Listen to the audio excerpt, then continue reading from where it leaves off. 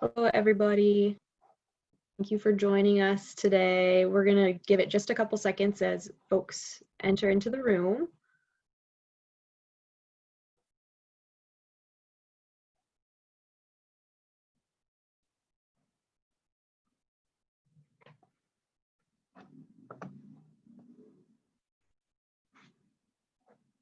Thank you for joining us this week for our virtual college exploration for all Wisconsin students, hosted by WACAC.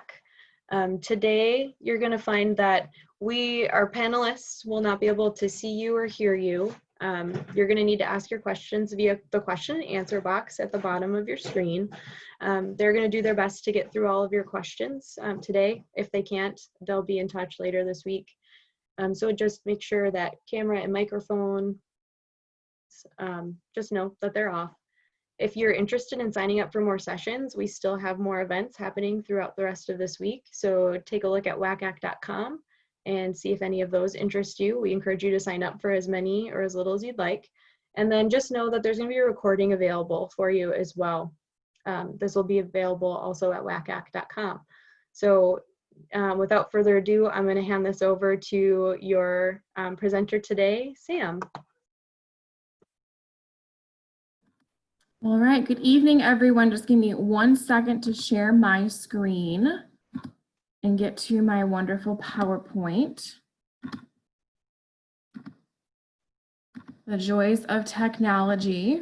So like him said, my name is Sam Merrill. I am actually a locally based recruitment specialist for University of Nebraska-Lincoln. So I live near Oshkosh, Wisconsin. So I'm not sure where all of you are from, but I do want to try to make this presentation as friendly and interactive as possible. I know Kim said you all don't have access to a camera, so I'm used to really speaking to my students face to face, but that wonderful Q&A box, if you want to just put in there, I know it's a Q&A, let's treat it as a chat, let's get interactive. I want to make sure I'm answering all your questions and also providing to you all the plethora of knowledge that Nebraska has to offer. So if you want, I'll keep an eye on it, but let me know at least what high school you're from and what majors you're interested in studying, so I can hopefully tailor this presentation and speak more to your interest as we go along.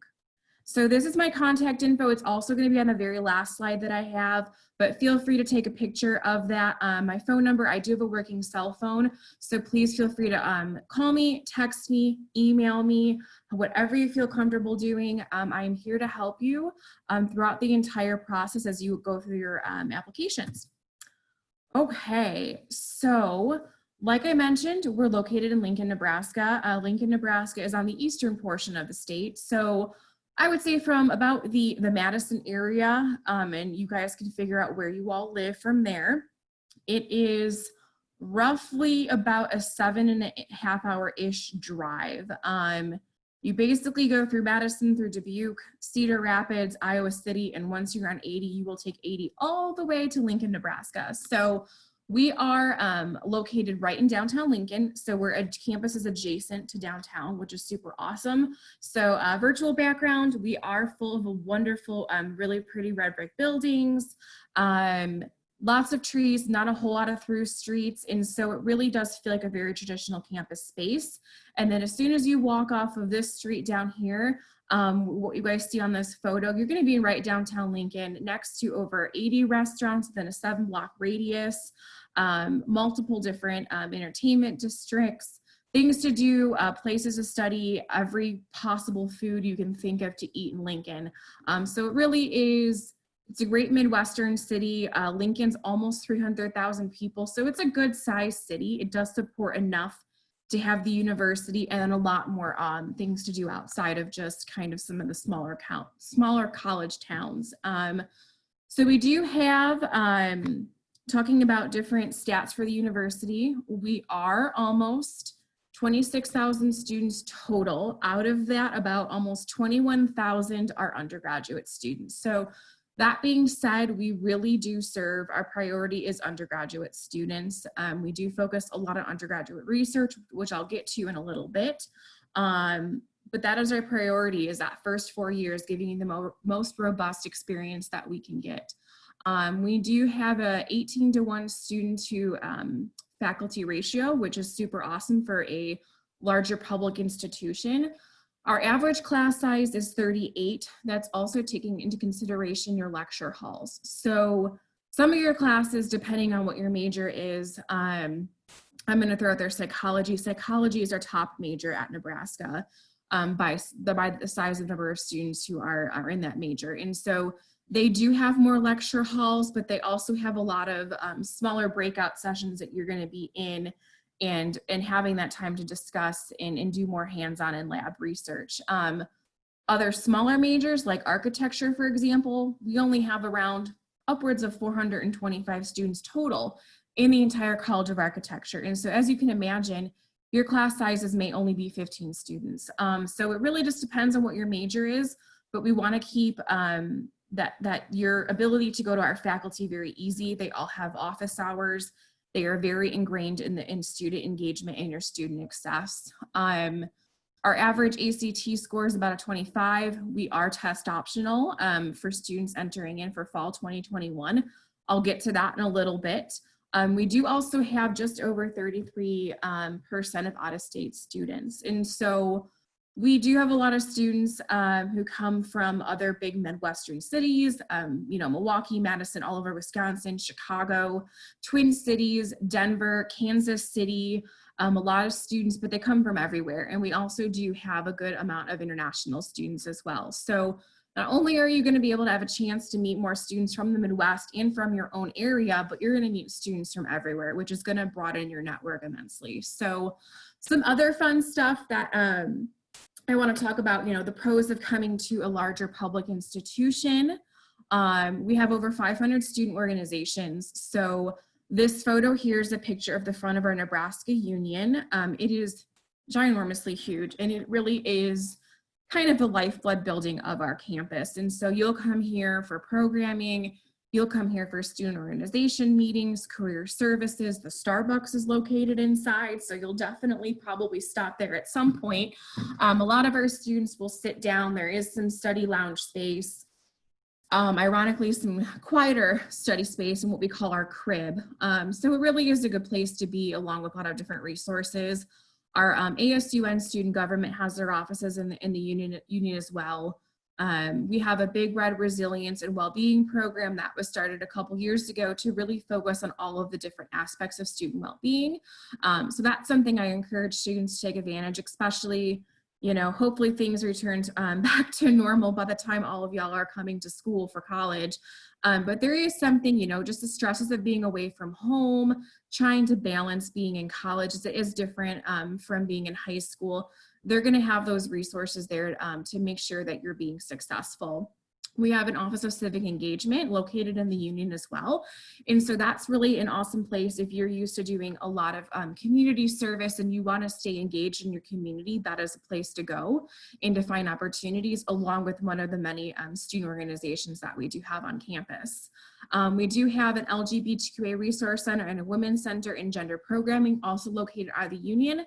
And attached to our union is our multicultural GON Center and Office of Academic Success and Intercultural Services. So they share a skywalk on the other side of this building. And so a lot of cross programming that happens on our campus. We also have a super awesome campus rec center. We actually have 2 of them. We do have 3 campuses. Our city campus, which is the most popular with about 90% of our majors. Our East Campus houses our College of Agricultural and Natural Resources, so it's a lot of ag students. They also have resident halls. They have their own union. They have their own library. They have their own campus rec center. So they really are 2 robust campuses, but one's a little bit larger and right downtown. We do have an outdoor adventure center. So for any of you that are used to going in the outdoors, especially in the beautiful north woods of Wisconsin, we do have a lot of kayaking trips. They do take students on trips to Colorado. So that's really awesome and fun on fall break. It's a beautiful time of the year to go out in the mountains of the Rockies. And so a lot of that is funded by student fees, and it's a very minimal cost for our students to kind of get an awesome vacation. So other stuff, if you're into athletics, we have a ton of intramurals. They range from being very competitive to just for fun. We also have club sports, and we are D1 athletics. And so depending on your athletic ability and what you're looking to do, we kind of have an option for everybody. We do have fraternities and sororities, and it's about 24% of our students enter into Greek life. We do have Greek life housing kind of right in between, nestled into campus. But if that is not for you, it's not overwhelming, you will absolutely still find your place on campus. So I'm going to take a quick break and just see if anyone else wants to type in your question as an answer. Just let me know what high school you're from and what major that you're interested in doing. So really appreciate, I know someone said they're interested in business, so I'll be sure to talk about that as well. I know this is hard to see on my background, but if you look behind that red brick building, there is a concrete building with a bunch of windows. That's our brand new College of Business building. And it is smack dab right in the center of campus, which is super awesome. And if you all have any questions as we're going along that you want me to talk about, things that you're interested in learning more about that I'm not touching on, put them in as a question. I want to make sure I'm getting to all of this, and I will definitely save some time at the end to go over all of that as well. So one of the most important things when you all are looking to find a school is going to be your academic community at the college. And so we put a lot of emphasis on this. For example, if you don't know what you want to study, you'll come into our Explore Center, and they are going to work with you a lot on trying to take it just as stock of what you're interested in. Maybe you have a career path in mind, but you're not sure what the best major is. This is the case for a lot of our pre-health students, our pre-law students. And so they're going to kind of work backwards with you, and then they're going to go over and they're going to review what the different majors are going to look like, what classes you have to take. Sometimes things are very similar, but yet very different. And if you are strong maybe in math and science, but you're not so strong on the English reading and writing, they're going to work with you to make sure that you're finding something that you want to study.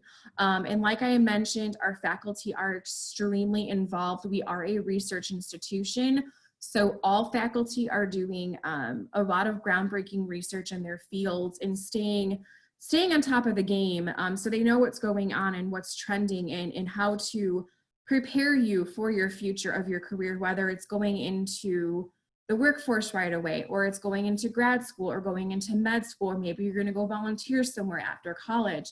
And so we want to make sure that those faculty are there to support you.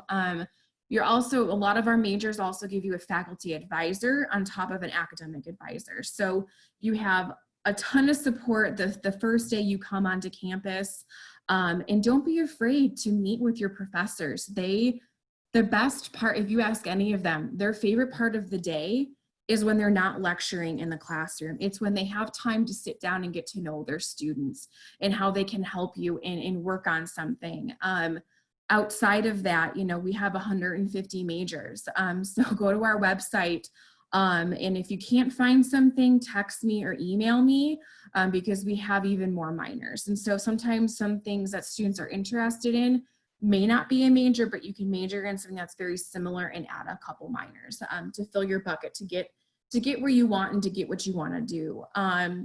So within the College of Business, I'm just going to talk about that for a minute because it is one of our more popular majors for students coming out of state. There is always something going on in Hawks. Hawks Hall is the name of the building. It's new. They have a special place where employers come in almost, I would say 3 to 4 times a week. They're being very careful right now with COVID, but they're there, they set up a booth, they give you information, they talk to you about their potential internships. Maybe you're a senior, they're going to talk to you about job opportunities within the college. In every single college, I'm going to get to this in a little bit, we have career services too. So you can really start building up your resume really as soon as you want, even your freshman year. And so within the College of Business, they have over, I think, 20 or 30 upwards of plus more of student organizations that you can get involved in. If you're interested in entrepreneurship, every year they host a big competition where you get to pitch your own business idea. And as students, you actually get to win money to put down towards starting your business as well. So other more popular out-of-state majors, Pre-health is one. Like I mentioned, we have our Explore Center that also houses our pre-professional advising center as well. So they're going to help you get prepared for med school. Your major's up to you. Most students pick biology, biochemistry, but they're going to encourage you to do a lot of job shadowing opportunities, to do undergraduate research, to get really ingrained, just so you can be very prepared come your senior year to take those MCATs. Engineering, or College of Engineering, is going under a multi-million-dollar renovation that was being funded by donor dollars. And so very strong engineering programs that are very hands-on, that you don't have to wait until your master's degree to get into those labs and come out and say, I worked on the exact same stuff that, you know, what people are working out on the field. And so they also have all of their own student services, like many of our offices: College of Education, College of Business, College of Engineering, even College of Arts and Sciences. They all have very specific people that are going to help you pick your classes, try to figure out what you want to do, and they're going to be there to help you as well. So I'm going to take a break. I have a question. I want to make sure I'm getting to this. With the AP course awarding, for any of you who have taken AP classes last spring, that might be an individual question. If you were having issues with your AP test and not being able to get that submitted to College Board, just let us know. We are working with students on an individual basis, but we do have a credit evaluation page on our website that will tell you what AP credit will come over with what testing score. And so as of right now, that hasn't changed since everyone was able to do it. But if you had a very unique situation with your AP stuff, just reach out to us. We are very flexible in how we review things. So I'm sure that's probably not a perfect answer, but it does help if you had a situation where maybe you were uploading something and it didn't work, or if we run into that issue come fall.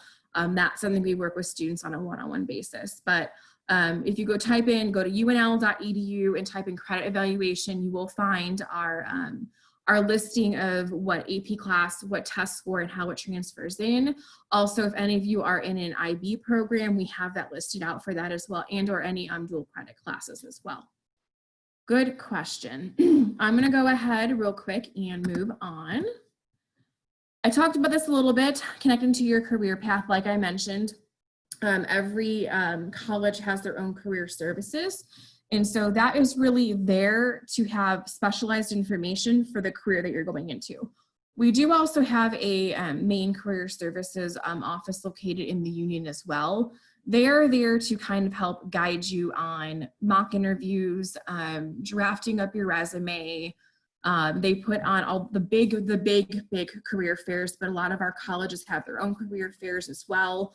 Our biggest career fair actually has to be hosted in the Pinnacle Bank Arena because we can no longer host it on campus because we have so many employers coming. So they're a good place to come in. Honestly, I tell students all the time, come in your freshman, your first year, just to get things started and to see what's out there. Because a lot of students want to come in and get that, you know, internship experience, just to see what you can do, even starting after your first year, just to kind of feel some stuff out. Even if it's a job shadow in Lincoln, they're there to help you out and make sure you're getting all of that outside of the classroom experience, because we want our students to go out there and get into grad school, get into the top programs they want to get into. They want to, you know, get the good job and make good money. So we're definitely there to help all of our students. Gonna kind of change gears here and make sure that we're talking about the rest of what you would experience on campus. And so this is a university map that is outlining our campus housing. And so it is a 1-year live-on requirement for all of our students. You'll see they're kind of in clusters. And so this might be hard. I don't have a pointer, but if you look towards the top of the screen here, where there's 4 resident halls, the ones that are taller, the 3 white buildings that are taller are Harper Stram Smith. And then the ones over to the right of the screen that are longer, tall buildings, that's Abel and Standos. So those are our traditional style halls, meaning kind of what you would kind of what you would think of. Taller buildings, you have one roommate, a shared lounge space, there's laundry on each floor, you have a shared bathroom space, and all of our learning communities, well, not all of them, most of them are housed out of Able. So I will talk about learning communities in a minute. And then the other ones that are in that cluster that look like little V-shape apartments, those are called the Village. Those are open to our sophomore year students and up, along with the ones that like have this courtyard in the middle. They're called the courtyard resident halls. So those are for sophomore years and up. And then towards the bottom right middle-ish of the screen, those are all of our suite style resident halls. And so Knoll is reserved for honors students only. So if you're interested in our honors program, that deadline's December 10th.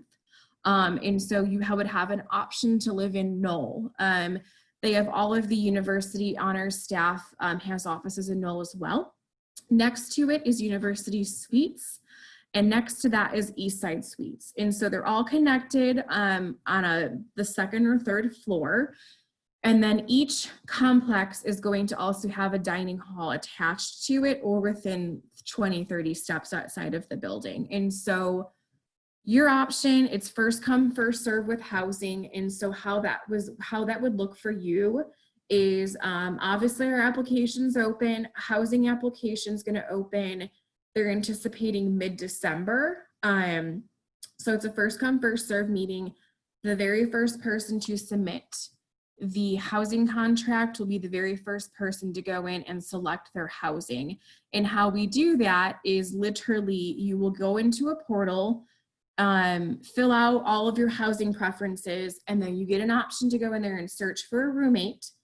And then after that, usually it's usually May or June, depending on how they do this next year's cycle, is you're going to have an appointment time and you're going to log in, and down to the nitty gritty, you're going to go in and you're going to say, I, Sam, want to live with Kim, and we're going to go live in Eastside Suites. So you're actually going to search Eastside Suites, see what's available, and you're going to pick your actual room and your roommate. So it gives you all a lot of autonomy to be able to do that. I think it's pretty cool. If you are interested in a learning community, and if you don't know what that is, a learning community, there's like over 30 now. It's a floor-based resident community. So I'm going to use business, for example. So they have like a future business leaders floor. So you're going to take at least 3 classes the entire year together, and everyone on that floor is going to be in that class together. It just won't be you guys. It might be a couple more people, but at least you're in it together. You have someone in the College of Business who sponsors it. So it's either a staff person or faculty, and they do extra programming. They bring in speakers. It's just kind of nice that everyone on that floor is a business student. We have one for pre-health students. We have one for undecided students. We have one for first generation students. And so I really encourage my out-of-state students to look at our learning communities. And sometimes it becomes a conflict. If you really want to live in the suites, but you really want to be in a learning community, and the learning community isn't a traditional style hall, don't let that stop you. Learning communities usually, I would put more value on that, having your sense of community over where you actually live, because you're going to do better. Your GPA is going to come out stronger. You're going to find people that you are going to connect with from day one. And you're just going to feel way more connected to campus as well. So that's kind of housing in a nutshell. I put the website up there. We do have virtual tours of each resident hall on our housing website. So feel free to take a picture of that or go to it right now and kind of peruse around on your cell phone or your tablet or whatever you're using, just to get an idea of what they look like. Even in our traditional style halls, you can still have control of the temperature in your room. So that's a question I always get is there air conditioning? Yes. There's air conditioning in all of our resident halls, and you can set it, I think it goes down to like 65. So, summers in fall in Nebraska is a little bit warmer than it is going to be in Wisconsin. And so you're definitely going to want to have that AC going pretty good. So if I see any more questions, I'll be sure to answer them as we go along. So don't be afraid to pop something in there. Let me know what you're thinking about, what you want me to talk about. this time is really for you all. So like I mentioned, our application for admission, it's now open. Super exciting for you all thinking about college. And so you can apply via our institutional website. A lot of out-of-state students use the Common App. We are in the Common App as well. A couple different differences between that is we don't require an essay. We don't require letters of recommendation. We don't require a resume. Any of those supplemental things that the Common App does require, we don't need them for our general admissions. Now, if you want to and you're going to apply to a bunch of other schools that do require that, by all means, you apply however you want, but our application on average will take about 20 minutes at the most to fill out. And so we do have students self-report all of your high school classes. We have you self-report your GPA, and if you're going to submit a test score, like I mentioned, since we're test optional, you can self-report your ACT score. So you don't have to worry about sending us transcripts or testing scores from the ACT website just to get admitted. So make sure if you are in that Common application, you do fill out our self-reported information, because that is the fastest way that you will hear back. We are rolling admissions, and so if you do apply, you usually hear back pretty quickly, about a week or less. And so it's a very quick process as long as we have all of that information. And so other things I'm going to go over, there's requirements in a second, but we do have guaranteed admission as long as you meet all of these requirements. And so I'm going to go over our class portion first. And so I'm going to start with math, since that's always the one that sometimes tends to hold students up a little bit. And so we do require 4 units, and units are interchangeable with years. And so sometimes we look at it just, it's by class, and the class needs to be an entire span of a year long. And so we do need Algebra 1, Algebra 2, Geometry, and 1 additional unit that is going to build upon algebra. So a lot of the times that's going to be pre-calculus, trig, calculus, a high-level stats course. AP Stats is a great one. College algebra, things of that nature. What doesn't count is your finance math. So if you guys have questions on that, let me know. I can definitely review those in the Q&A. And sometimes what I mean by units is sometimes students will take 2 math classes in 1 year and overlap a little bit. And so we want to make sure that we're giving you credit and not call it a year. Same thing with English. We do need 4 units. And so, English can be your comp classes, it's your literature classes, it's also your speech classes, anything of that nature that you've taken. So even some of your electives, like creative writing, that's going to count as well. Social studies is pretty easy. We require 3 units of that. We need at least 1 unit of American and world history, an additional unit of history and American government. So a lot of the stuff that you guys probably require from your high school graduation, and then anything else from a social science discipline. So that means psychology, sociology, kind of those fun elective courses that you may be able to take in school. Sciences, 3 units. We need at least 2 from biochem or physics or earth sciences. And then 1 must include a lab portion. So when you're going in and selecting all of this and are self-reported, some of them are laid out where it's going to say, did you take biology? You would put yes. I took 1 unit. Same thing with math, it kind of lays it out. Some of them are just like, have you taken all the units? You would just say, yes, we're in progress. World language, that is your foreign language. That's your Spanish, German, French. We do also include, if any of you have taken sign language, that's included as well.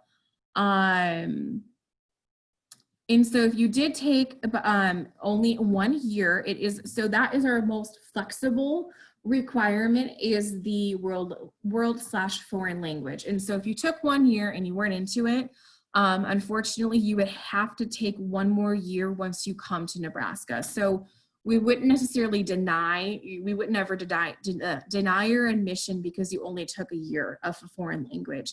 It just means that if you were to come to Nebraska, you would have to fulfill that and take 1 year of a foreign language while you're in college before you graduate. And sometimes the first year of a foreign language is a lot of history stuff, not so much the intense trying to actually read and write of a language. And so there are some other requirements, like I mentioned, sign language is one of them that we do have classes in that could also count towards that world language requirement. So I hope I answered the question. If I didn't, please let me know and respond back and let me know. Any questions on the class requirements, go ahead, type them in. If you think of something later on, I'll go back and answer your question for sure. I want to talk about performance. Since a lot of our stuff as of right now is not going to have that test optional, but we are going test optional. We just haven't had a chance to update everything yet. So if you do have an ACT score, I'm going to talk about our scholarships here in a second. But if you opt to not send one in, as long as you have a 3.0 cumulative high school GPA, you're good and you meet all of the classes, you will get accepted. Or if you rank in the top half of your graduating class as well. And sometimes where the ACT may come in handy is if you're not meeting those requirements and you need the ACT of a 20 at a minimum or higher to supplement your performance, then you can go ahead and submit it. So it's up to you to see where you're at. If you have questions, please, please, please reach out to me. That's what I'm here for. If I'm not seeing any questions on requirements, I'm going to go ahead and go to the next slide so I make sure I'm staying on time. Okay, so scholarships, like I had mentioned, we are going test optional, test flexible. And so this is where things kind of get a little weedy. I'm not going to lie, because we're still working out a new process for all of this. So if you all have specific questions and you're applying, text me, email me, please. This slide is just going to outline our different out-of-state scholarships. And so one thing that I want to point out right now is if you look at that George Beadle scholarship, that is $15,000 a year. That is equivalent to our Midwest exchange rate for out-of-state students. It brings down your cost to in-state cost. It says you need a 29 on your ACT. We actually, for my wonderful Wisconsin students, it's actually a 27. And so if you have at least a 27 on your ACT, absolutely send in your ACT score to us. Or if you have higher, definitely, don't worry about it. The other thing is if you have a really high GPA and you didn't do as well as you would have wanted, or you weren't able to take the ACT, and if you have over a 3.5 GPA, I wouldn't worry about submitting that test score. You'd be eligible for a really good scholarship. So there is some flexibility. It really depends on where you landed and where you feel comfortable. The Ruth Leverton's also a super great scholarship too, so I don't want to knock it. That's at a 24 on the ACT. And we do need, if you have an ACT, we do need you to have at least a minimum of a 3.0 GPA to award you with that scholarship. So like I said, it's kind of a matrix of looking at GPA, looking at test scores if they're available, to be able to give you the best scholarship available. And so I want to be transparent. I want to be upfront because I want you guys to come in and have the best shot at getting the most money. So any questions about that, please let me know. I'm here to help you and here to navigate all of that. Other ways to get some additional scholarship. We have a scholarship statement. So a lot of you are so used to writing about your co-curriculars, your extra, like your sports, your clubs, your leadership, your volunteering. All of that is going to count for our scholarship statement. And so that is a 500-word statement. You can submit it when you apply, or you can wait till you get admitted and just submit that later. It's going to make you eligible for a couple one-time smaller scholarships and or a housing credit, which is super awesome to get that housing credit to bring down that cost of living on campus. And so outside of that, I always encourage students to submit your FAFSA. That will open in October. And so make sure if you're considering UNL to put us on that so we get your FAFSA information. We also do look at that for students to be able to award some need-based scholarships as well. So sometimes in the spring, if you are really gung-ho about wanting to attend Nebraska and you need some more scholarship money and we don't have a FAFSA on file, we need the FAFSA on file just so we can look at stuff. So it is important. A lot of people don't want to file it. It's free. It's kind of a pain in the butt. We are really flexible. So if your parents were to run into any financial situation, or even you as a student, because of COVID or any extreme circumstance that we don't even know about yet that's going on, we have special circumstance applications within our Office of Financial Aid as well. So total cost is just under $40,000 for everything. So I know that seems like a big chunk of money, but I would say about 74% of my students who get admitted to the university have at least a scholarship to bring down that cost.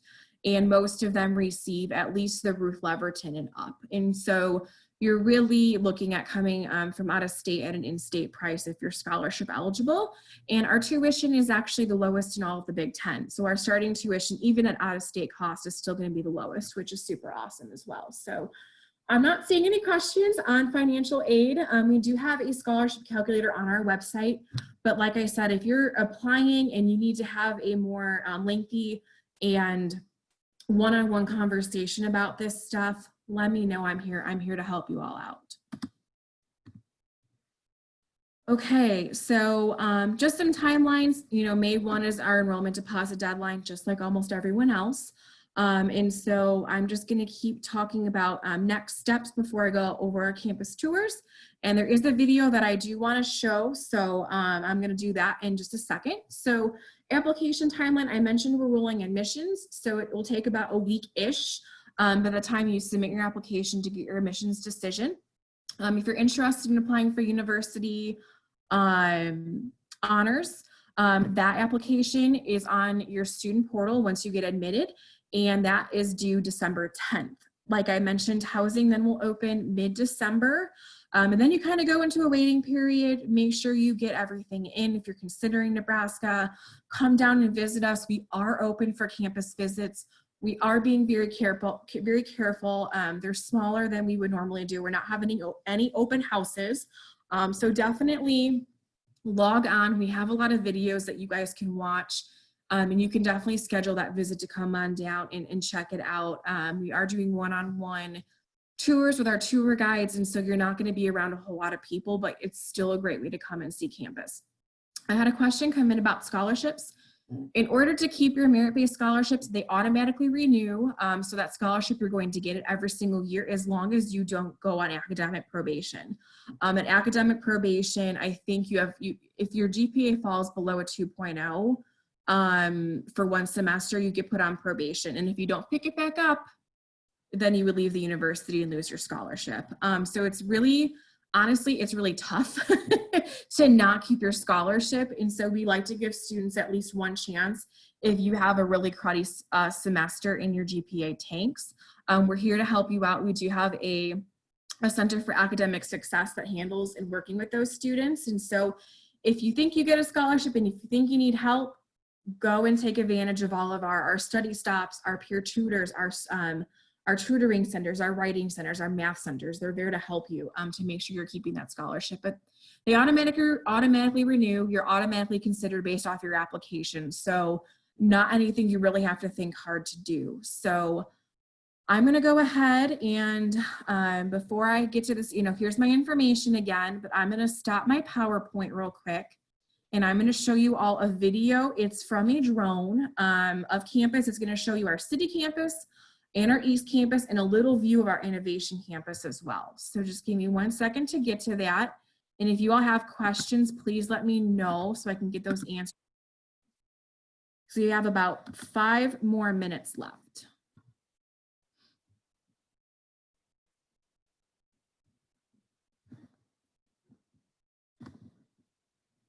And I apologize. I had this pulled up and then I went somewhere else.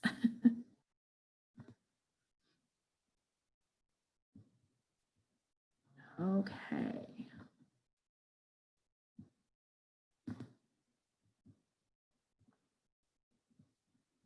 Getting there.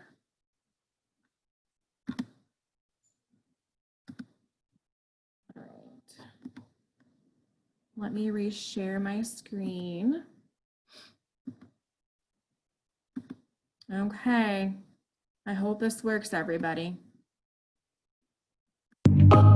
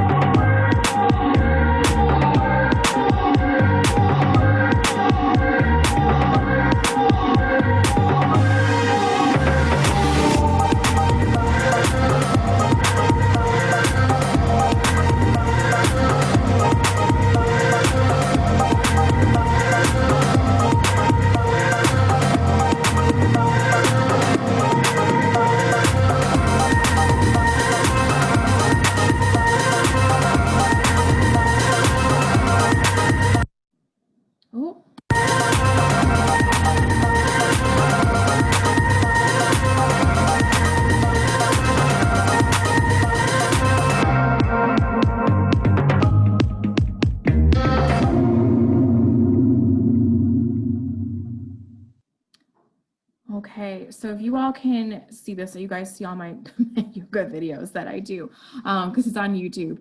But if you go to our admissions website, there is, I'm hoping you all can still see this video on here. This is the website that you would go to. We have online information sessions weekly, something similar to this if you wanted to chat with me in more detail. You can explore our majors. You can actually even get an appointment to schedule a one-on-one with someone in our college. And so if you guys need more information, which I'm sure you do on your majors, definitely sign up for one of these one-on-one appointments if you know what your major is. If not, our Explore Center also does them. And then all these videos are going to be here. And so there are videos of our union, of our library, our campus rec. So I really encourage you all to go to our unl.edu prospective student undergraduate admissions and visits to just kind of check those out, and hopefully you all can come down for a campus visit. But we have literally 2 minutes left, so if anyone has any questions, please type them in now. If not, I'll definitely follow up with you after the session and see if you have any additional questions, because I know it's a lot of information to take in, but you're here, and I really appreciate your time, and I'm really excited to get to know all of you a little bit more. And so I'm not seeing any questions, and so I'm actually going to turn it back over to Kim. But thank you so much for meeting with me. Thank you, Sam, for a wonderful presentation. That was very informative. Now for everybody, when the webinar closes out, you're going to be taken to a window with a very quick 4-question survey. We would love to hear from you and get any feedback that you have about this session. You can still sign up for more sessions. This goes through September 3rd. So take a look at the schedule and see if there's anything else that you'd like to learn about over the rest of this week.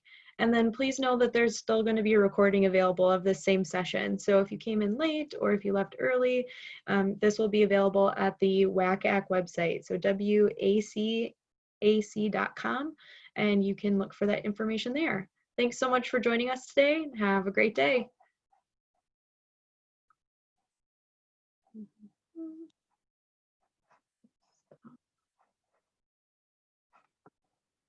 Some technical difficulties. I can't find the button there, but thank you, everybody. Appreciate it.